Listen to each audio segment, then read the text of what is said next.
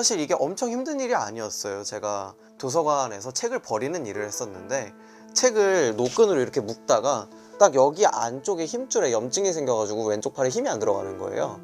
저 같은 경우에는 일을 하다가도 그런 일이 언제든 생길 수 있다.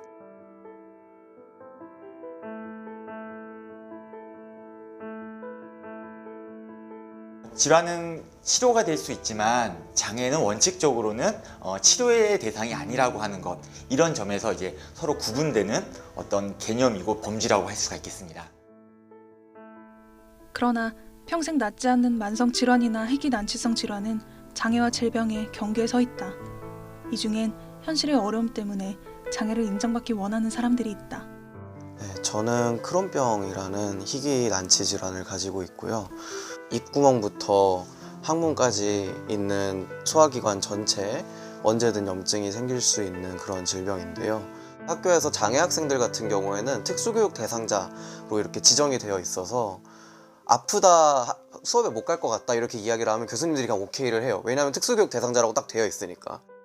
제가 조퇴를 하든 결석을 하든 지각을 하든 무슨 일이 있건 간에 전부 다 그 교수님이든 조교님이든 메일을 구구절절 그냥 써야 돼요.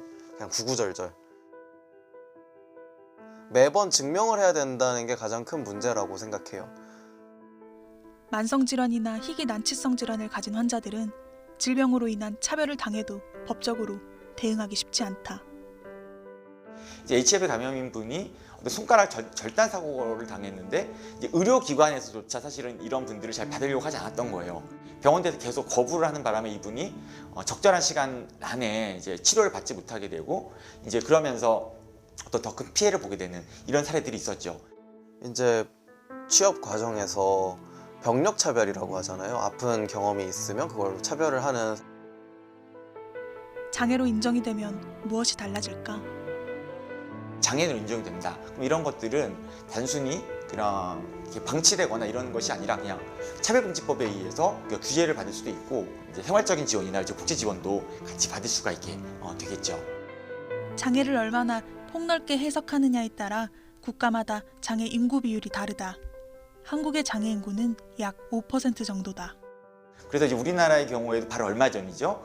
이제 4월 13일에 관련 이제 법령이 개정되면서 복합부위 통증 증후군이라고 하는 것, 그다음에 또 기면증 뭐 이런 것들이 과거에는 이제 장애가 아니었다가 이제 좀 장애로 이제 인정이 되는 변화가 좀 있어 왔죠. 그러나 HIV 감염처럼 아직 장애로 인정되지 못한 질환도 있다. 장기적으로는 계속적으로 그런 확대가 좀 이루어지는 방향으로 가게 될 거다라고 이제 생각은 하고 있습니다. 장애 인정 확대는 예산 증가가 뒤따른다.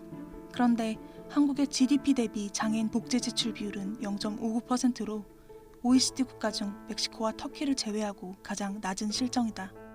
아무리 노력해도 충분히 건강해질 수 없는 사람들의 몸을 기준으로 삼아서 우리가 그런 사람들이 어떻게 이 지역사회 안에서 안전하게 함께 살아나갈 수 있는지를 고민해서 새로운 사회를 만들어야 한다. 장애로 인정받는 것 자체가 중요하지 않은 나라도 있다. 예컨대 노르웨이나 스웨덴 같은 경우에는 장애 인구를 특별히 국가가 통계를 내지 않아요. 장애인이어야 지원을 받고 아니면 지원 못 받고, 이런 사회 속에서는 장애인이냐 아니냐가 굉장히 어떤 사회적 자원을 분배하는 중요한 기준이 되지만 누구에게나 필요가 있을 때 보편적으로 지원한다 라고 하는 개념으로 가면 그런 범주에 속하냐 안 속하냐는 구체적인 문제가 되고, 그러다 보니 그런 필요가 없어지게 되는